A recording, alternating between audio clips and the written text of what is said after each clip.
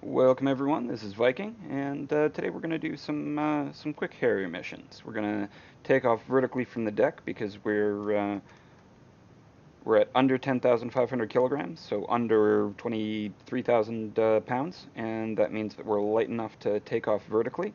So we're going to do that, and because we don't have that much fuel, the very first thing we're going to do is meet up with a tanker. So to get off the deck, I'm going to put the H2O up to takeoff. Going to put the throttles back to 82 degrees. And we're going to hit the brakes and go max power.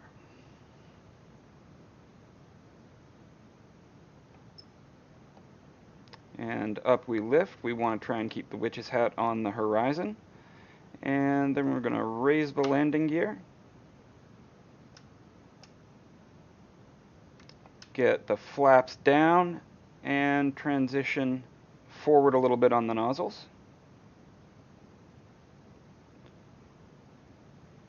We're going to pull back on the throttle just a little bit. Get it down to about 100. We see vertical velocity comes down, but we're still gaining altitude. A little bit further forward on the nozzles. Over to about 40 degrees. Put the flaps to auto. And passing 180 knots, nozzles full forward, a little bit up on the trimmer because the nose likes to dip. And we are in full forward flight. Now we don't have a lot of gas, so we're throttling back to 80% RPMs, and we're going to put it into nav mode. Now we've got TACCAN selected, so we're going to turn on the radio and contact the tanker.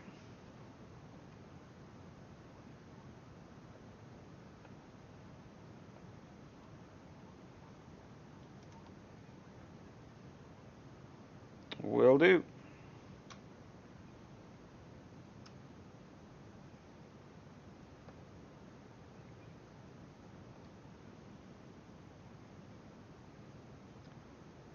Tanker is behind us and getting further away, so I don't want to pull a really high alpha as I'm doing this turn here, but I do want to get turned around and pointed at the right direction, because that tanker is 12 miles away and above us, so we're going to have to work pretty hard to climb up there.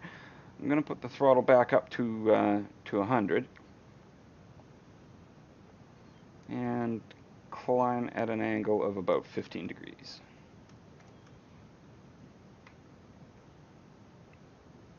Everything's looking good. Lights are on. Oh, I did not turn on my oxygen switch. That's a good one to turn on.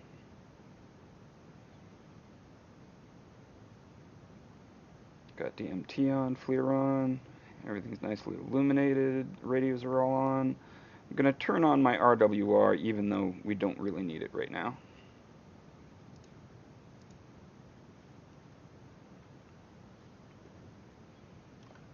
And I see that the TACCAN is showing us that the tanker is off to the left here, approximately 110.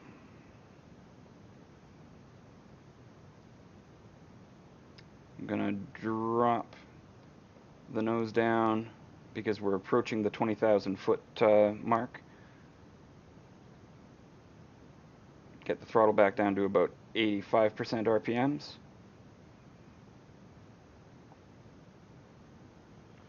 And I like to come in a little bit below the tanker, so I'm going to level off at 18,000 feet. Looks like this tanker is turning, which is fine.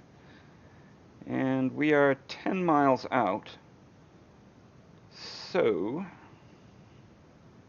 this might take a little time. Gun the engine.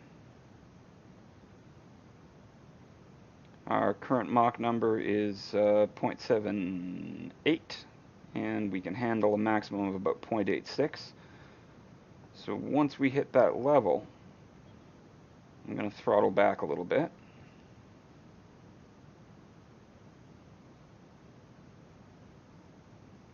Got 1,700 pounds of fuel.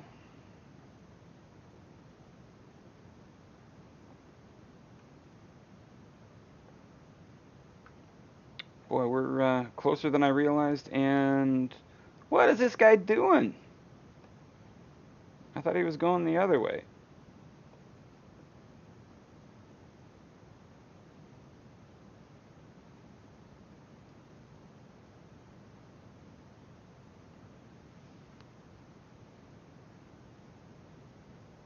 Where did that tanker go?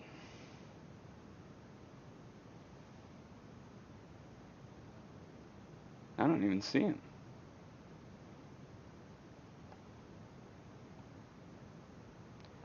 There he is.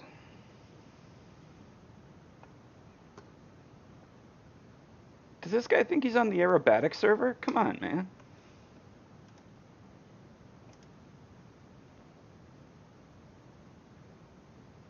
Quit messing around. I'm trying to make contact here. What are you doing flying all crazy?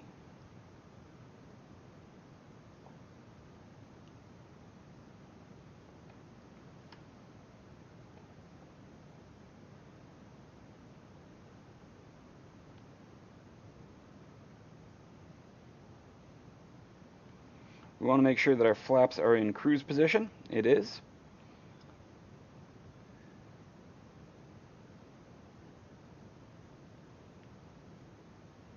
And we want to extend our refueling probe.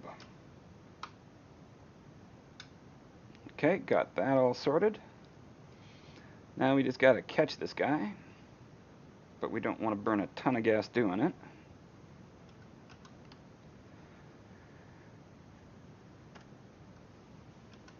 Bring up the radio menu so I'm ready to call ready pre-contact when I get close enough. You got to get pretty close to do that.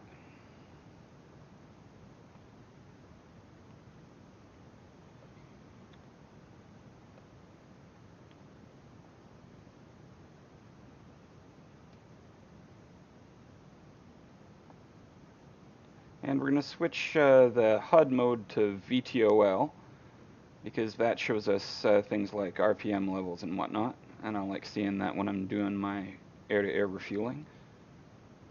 I've also trimmed the aircraft ahead of time. And how's our fuel looking? We got 1,300 pounds. That should be enough unless I have a really bad day.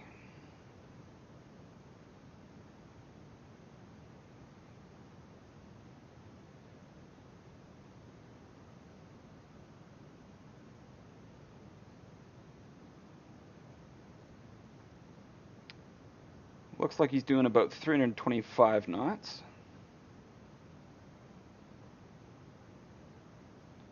And ready pre-contact. Not close enough, okie dokie, no problem.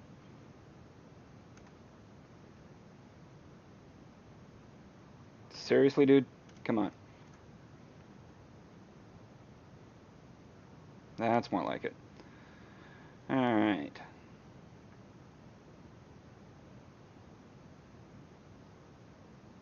Seems like he's doing maybe 324, 325. I think I'm pacing him pretty well right now. I'm just going to wait for the basket to come all the way out. And then close in on him very slowly, like only going 2 or 3 knots faster than him. I'm adjusting my trim as I'm doing this. And the basket's going to connect over my left shoulder. So, oh, this is a little bit sloppy. Sorry about this.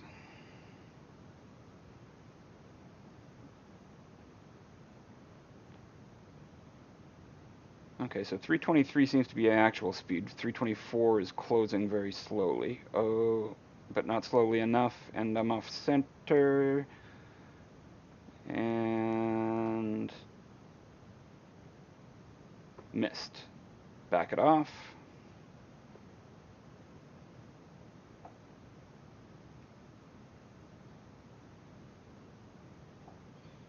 And try again. The important thing is to not chase the basket. You want to stay focused on a portion of the dude's wing. And then... Ooh, man, I'm messing it up today here. This is awfully sloppy. I apologize. Okay, Don't want to climb too high because you can get into the guy's jet wash. That's not actually modeled currently, but it will be at some point in the future. I'm rocking the throttle back and forth a little bit, trying to stay in the sweet spot around 323 knots, which seems to be roughly pacing him. But I'm also not keeping my eyes glued to the speed readout. I'm keeping my eyes glued to those two little green lights on the refueling pod, because if they go out, it means I've run out of slack and I'm about to disconnect off the back of the basket. So I'm also adding a little bit of trim as we fill up, because we're getting thousands of pounds heavier here. We came with 1,700 pounds of fuel and we're going to leave with 7,700 pounds. Difference of 3 tons. So that's something that you're going to feel in the trim balance.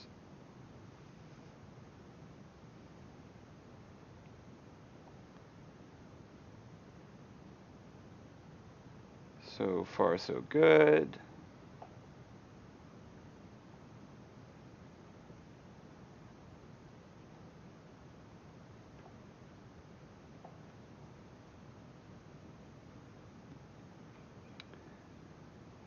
And we're at 5,000 pounds, very close to being done refueling.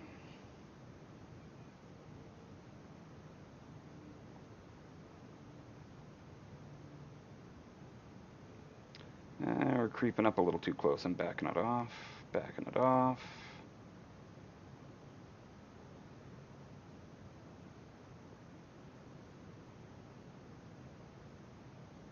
£6,300.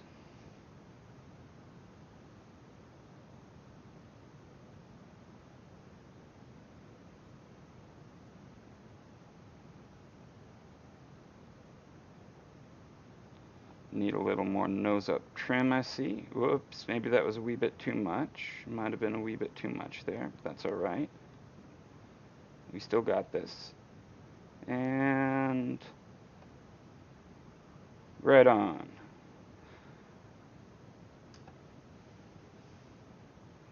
Thank you very much, tanker. We love you. And now it's time to head towards waypoint 1. Put the HUD back into nav mode.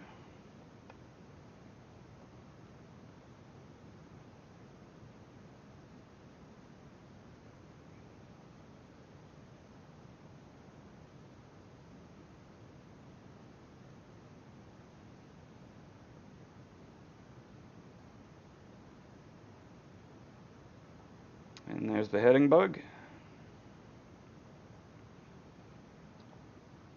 Level the wings and maintain a 3-degree climb, let's say. Gonna put the flaps back to cruise to maximize fuel economy.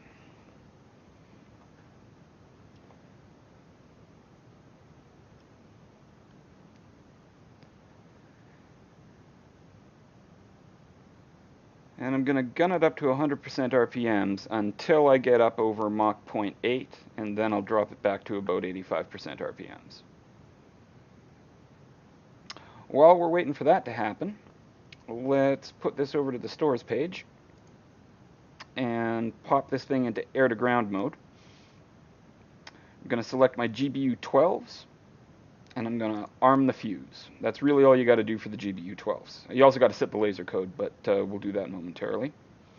Actually, let's do that here. Now, it's important to either set your laser code to the same as the JTAC, if you're going to use the JTAC, or set the laser code to something unique. I'm just going to pick 1555 for myself, because the JTAC's 1543, and so that's good enough to be different.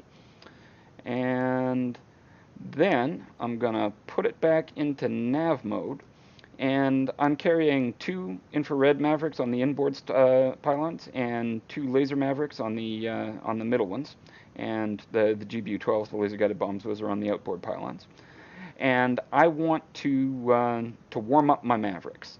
I'm at 25,000 feet, I see, and so I'm going to level off there at almost 26,000. Turn on the autopilot. And something I should probably point out, adjust controls. You got stopwatch, lap reset, and start-stop. those are worth binding because your stopwatch over here, it seems like they have clicky buttons, but the clicky buttons don't work. So I'm going to hit the stopwatch start at the same time as I select my IR Mavericks.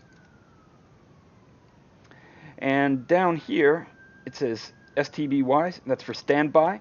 You don't have to be in air-to-ground mode for this. You just have to select the Mavericks so that that appears. And then you have to leave them selected until 3 minutes are up. Now, because it doesn't display a timer like the Hornet does, I use the stopwatch to help keep myself in the loop. Let's see, what else should we pay attention to while we've got some time on the way to the waypoint? I suppose we should turn on our targeting pod. It is warmed up because we've been in the air for a while, so I'm going to take it out of standby. I'm going to switch it from safe to armed. I'm going to switch it from training laser to marker to laser, and that means that that our targeting pod is good. Now, when you select the TDC button, that means that you can slew the targeting pod around by using your target designator controls, and you can see where it's pointed based on that circle with a dot in it. The little diamond that follows it around is your DMT camera. Now, you want to have your sensor select switch available because we can switch this from the targeting pod to the compass, the EHSD, with sensor select left, or we can switch it to laser spot track / DMT with sensor select aft, or we can switch it to the FLIR camera with sensor select right. Also, once we start using the Mavericks, we're going to be using sensor select forward. So that whole thing is good to know about. Now, I'm going to switch it back to the targeting pod, which always goes into standby. And I'm going to hit the nose wheel steering button while it's TDC to reset its position to straight ahead. Now, I'm going to back the throttle back to 90%. I actually meant to do that earlier because we don't want to use any more gas than we have to. And this jet is never going to get much above Mach 0.86 just using its engines. You can go faster than that in a dive, but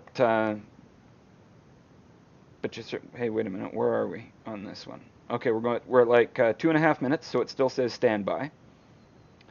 But when the stopwatch comes up around, once it hits the 12 o'clock position, that should switch from standby to ready.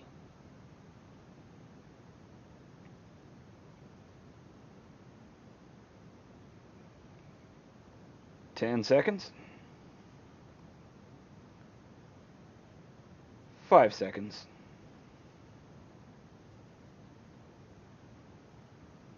And ready. So we'll hit stop and reset because we don't need that anymore. And we can also deselect the Mavericks. They're warmed up and they're going to stay warmed up. You cannot interrupt them during the 3-minute warm-up period, but once they've been warmed up, you can leave them there. Now, we're far enough away from the boat and the tanker that I think it's time to fence in. Some people just like to turn the master lights off over here, but I like to leave my formation lights on. So 2 clicks here, 1 click there. That turns my lights off, and master arm is armed.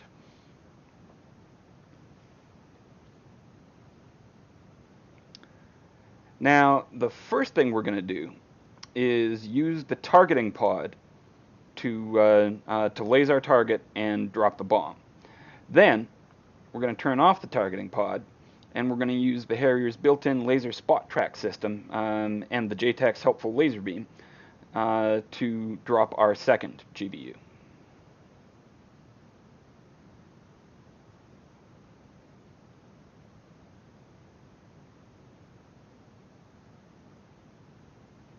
And I'm not sure I have anything else to cover while we're on our way there.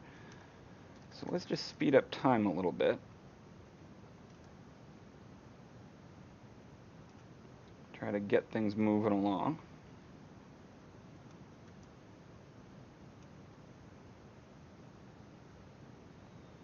We're at Mach 0.81, that's just fine.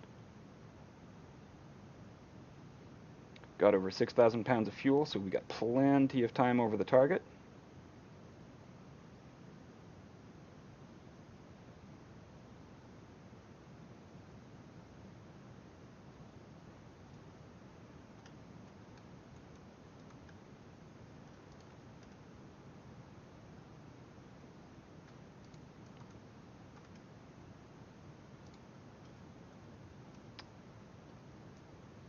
And with 20 miles to go, let's return time to normal and start looking for stuff, because way out there, that is where the JTAC is marking a target. So I'm actually just gonna tip the plane and get the nose more or less aligned with that area. And to help me spot things, I'm going to put this into infrared mode, which is super bright when you're pointed at the sky, because it's white hot. Wait a minute, the sky shouldn't be white hot. Well, whatever.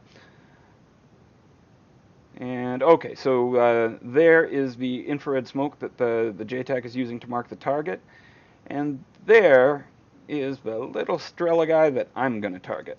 So I'm going to zoom in by a factor of 4. Whoops, wrong button.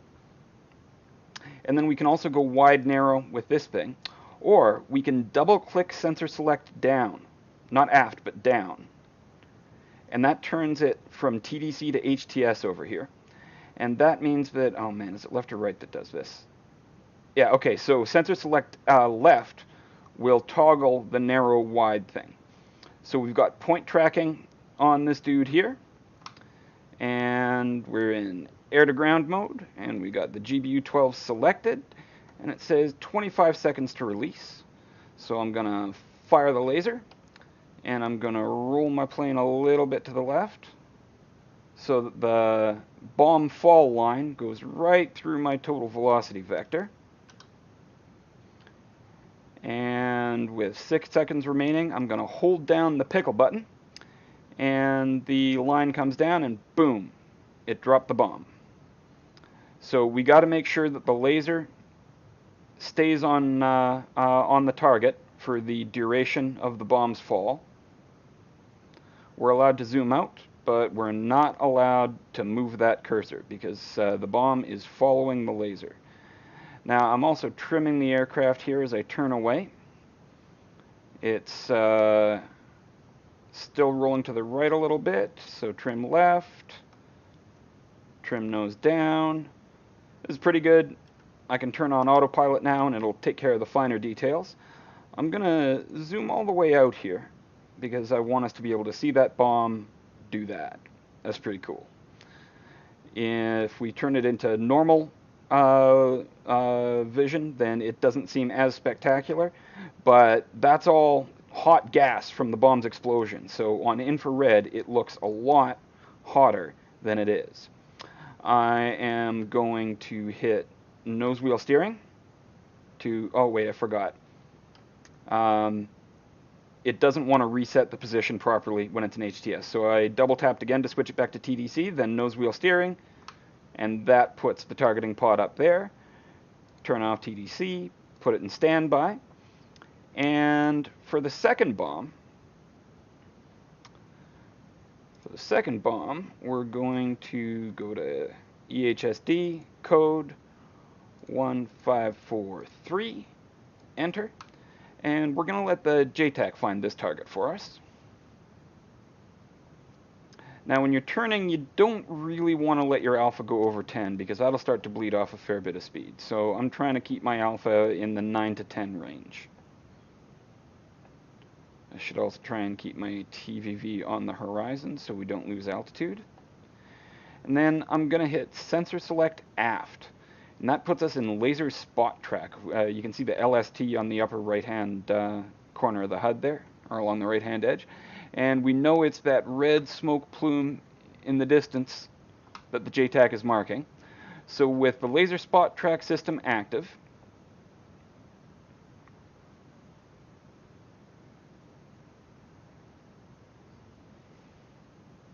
ugh, I'm 10 degrees nose down. I should not be doing that. But boom, the laser spot track system has picked up the JTAC's laser, and the secondary camera mounted in our nose has locked onto it. It doesn't have any zoom controls or anything like that, but there we go, and throttle back to probably about 75%.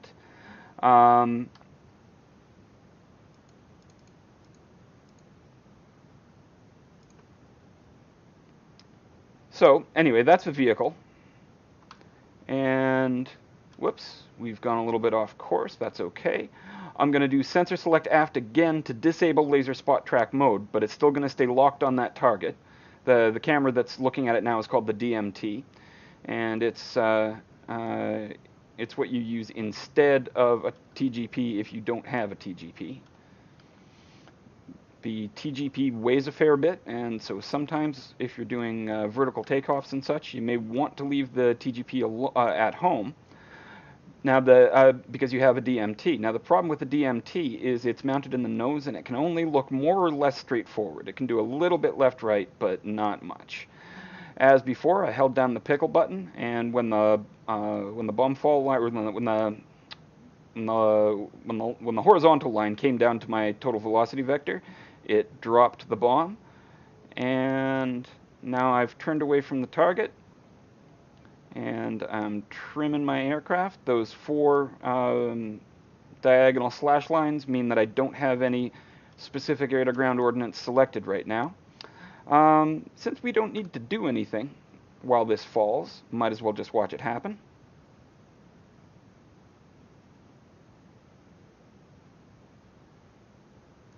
Righty-ho.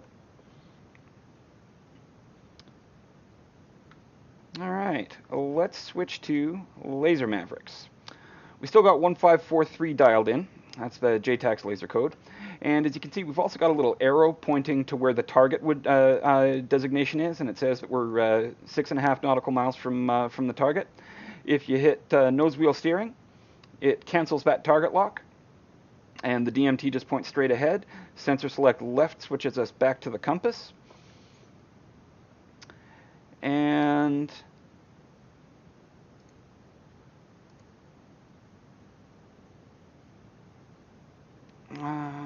I wonder if there's a quick way to do this. If there is, I can't think of it, so I'm not going to. I'm just going to fire one of our laser-guided Mavericks at the JTAC's target, because we're already selected on that.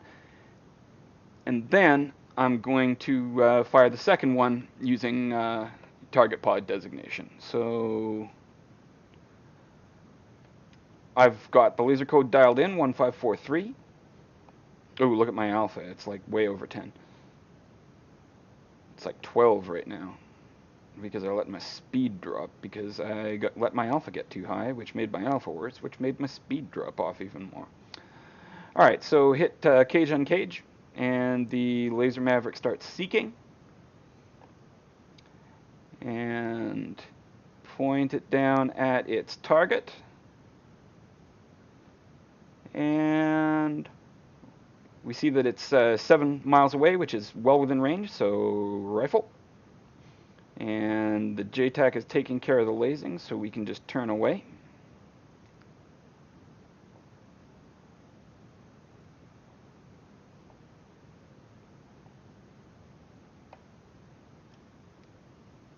I turned on autopilot without trimming first, so it gave me a little bit of an unpredictable result. But I've got it trimmed now, so autopilot's back on. And the laser code now will be 1555, which is basically an arbitrary number that I made up. It's just, the important thing is that it's not the JTAC's laser code. That's the main thing. Get RPMs down to about 80 or 81%. And we can see that the JTAC is lasing this guy. Instead, I'm going to aim for that Shilka right there, which might be hard to see. I'm not sure how well the video compression will keep those tiny little dots in there. But I can see that we are 9.5 miles from waypoint 1, and waypoint 1 is the center of those targets. I'm going to turn on my T-pod. Going to put it on HTS. Going to put it on... going to zoom in a little bit, about 4. And I'm going to turn it on FLIR, which is going to be bright as hell, but we can cope.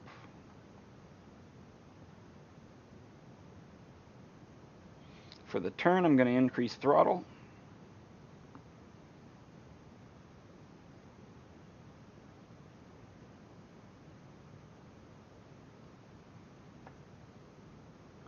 And then as we line up up on the target, I'm going to bring the throttle way back and let my alpha get too high, because I actually want to bleed off speed this time. Give myself a little bit of time to line things up. So we're pointed in the right direction. And here we autopilot on, level us off, awesome possum. Here we go. So I actually should not have zoomed in ahead of time, because that slows down the tracking speed on the TGP. And actually it also makes things harder to spot because you don't have the field of view that you need. Alright, here we go. This is the guy that I wanted. Got point tracking on him. I'm firing the laser. I'm turning off autopilot, going nose down, letting the laser Maverick seek. It locks, and rifle. And trim right, and come away.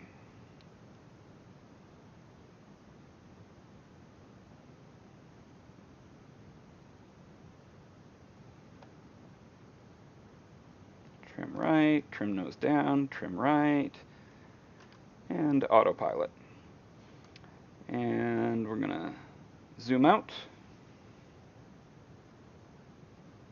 And watch that baby ride the laser beam in. Laser is fired because the fire cue is underlined.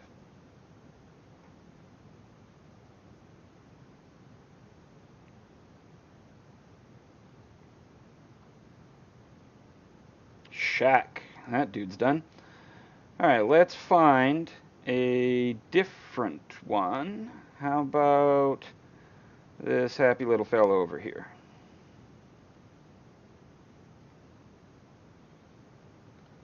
We'll zoom in. We got point track on that.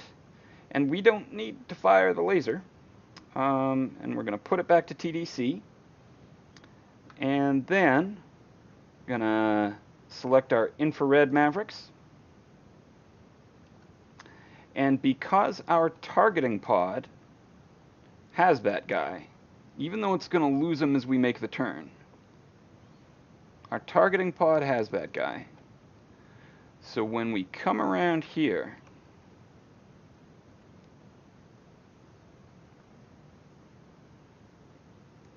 and uncage the Maverick, bam, it's already got him. So sensor select forward and slew it onto the target. Crosshairs collapse, so we're good. Rifle.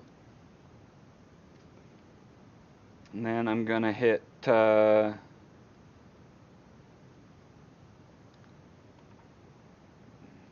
hit the TDC button here, and I'm going to hit nose wheel steering to cancel it out. And go from narrow to wide, TDC, targeting pod in standby, and we'll just go to the EHSD here. We've got one weapon left, one IR Maverick left, and I'm going to show you another thing that you can do, especially if you're working, well, yeah, if you're working with a JTAC or another target that's lasing things. Man, I've already forgotten. Do we have the laser code? No, okay, so we're going to go 1, 5, 4, 3, enter. So now we're back on the JTAC's laser code, and we're going to go into laser spot track again.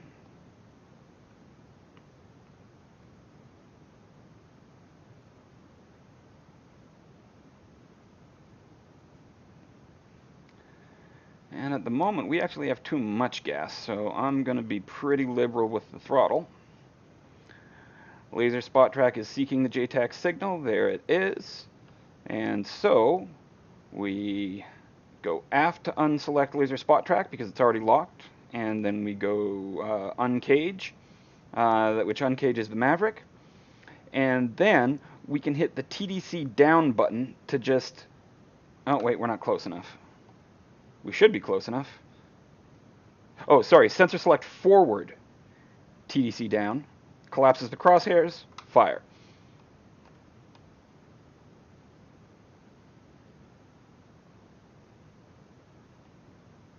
It's not letting me reset the target, strangely enough. nav, air to ground, EHSD, LST. Huh. I can't seem to cancel the target designation. That's unusual.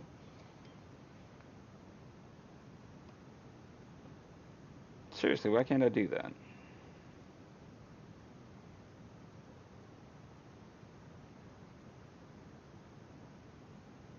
Okay, I cycled back to it again and I hit nose wheel steering a few more times.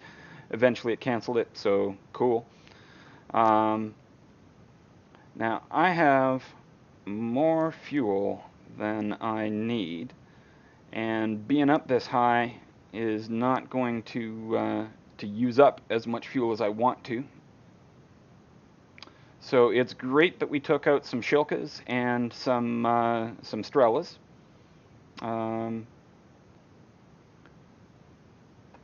And we're actually going to put this on waypoint 2.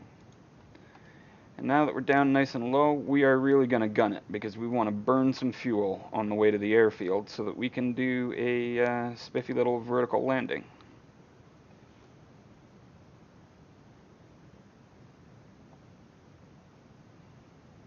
Wait a minute. Yeah, I'm basically on track. We're going to be going down that right-hand canyon. And it's good to have your radar altimeter working here. As opposed to your barometric altimeter, you switch between them with this switch, radar and baro. So here it just says your altitude, and then you switch it down to radar, and it says R, and it's got your altitude. And you definitely want to have the radar altimeter because it can help you do some very low-level flying, which you may need to do if there are, for example, radar-guided SAMs in the area, or any kind of SAMs in the area. Now, this airframe does not like to go over Mach 0.86, so I'm using as much throttle as I can without actually bumping up against 0.86. And we're less than 100 feet above the ground here, going real low and relatively fast. Fuel's down to 3,700. I would like to see it below 3,000 before we try to land, and I think we can make that happen because it's we're eating up about 200 pounds per minute.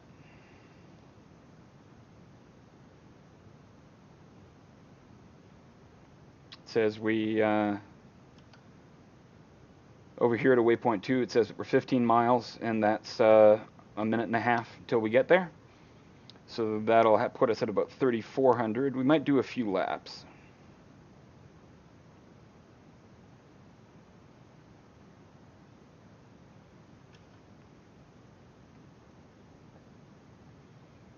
Just to burn off some gas before we touch down.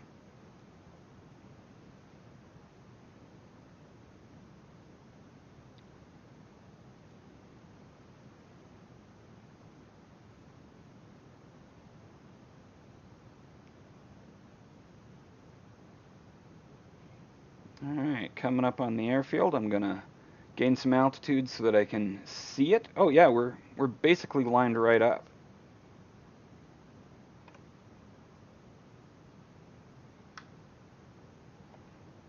Alright, so I want to keep burning gas, but I also want to slow down. So I'm going to put the HUD into VTOL mode, and boom, nozzles all the way back to 99 degrees. Now you see our speed bleeding off. Gonna flip the flaps from cruise down to auto.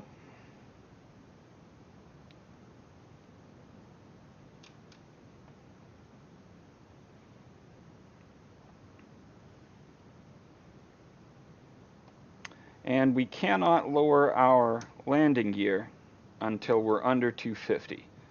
Oh man, you know what I just realized? I never turned my lights on. That is impolite. Fencing out. Okay, landing gear can come down now.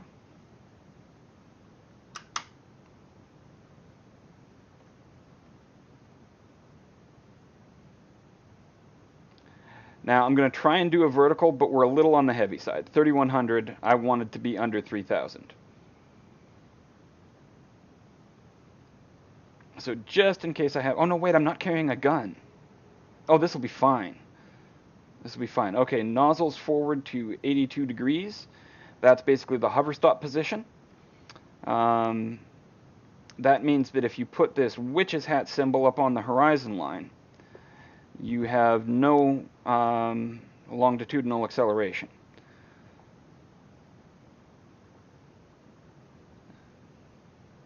So 82 degrees, witch's hat is up there.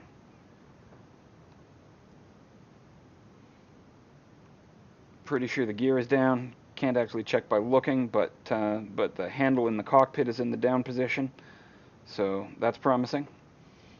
Just in case I fall out of the sky, I'm going to stay over the runway, but the fact that that I'm in a hover already with basically no flaps. I mean, my flaps are at 25 degrees, but at 20 knots, those flaps are doing sweet nothing. As a matter of fact, I can flip them up into cruise.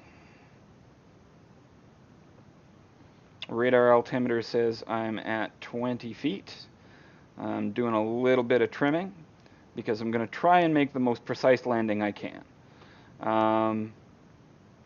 And ordinarily, I would actually maintain a little bit of speed on my approach to the parking lot, but like I actually want to burn off some fuel so that this thing is a little bit easier to handle. So I'm going to keep my altitude below 50 feet, and I'm going to keep the witch's hat a little bit below the horizon because that'll give me a little bit of forward acceleration. Not much, but enough to drift lazily over to the parking spot. And I'm going to try to put myself down as close to the corner as I can without actually touching dirt. I want to practice landing on a helipad, right? And so witch's hat up to the horizon now so that the speed bleeds off. I'm not adjusting my nozzles much. I'm just keeping them at 82 degrees. And then as we get closer to the area I want to land in, raise the witch's hat above the horizon. Gives me some backwards longitudinal acceleration, i.e. braking. We're down to 15 knots. I'm using the throttle to keep my velocity, or my sink rate indicator reasonable. Oh, and I'm going to flip the water into the down position because I've got 33 pounds of the stuff, and that is a lot. And I would like to keep my engine from messing up because I think I might have overtaxed it. I actually wasn't watching my engine RPMs as I came out here, and I should have been. So keeping the altitude under 50 feet, keeping the witch's hat a little bit below the horizon to get a little bit of forward movement, then bring it up to the horizon. As I get to approximately where I want to be,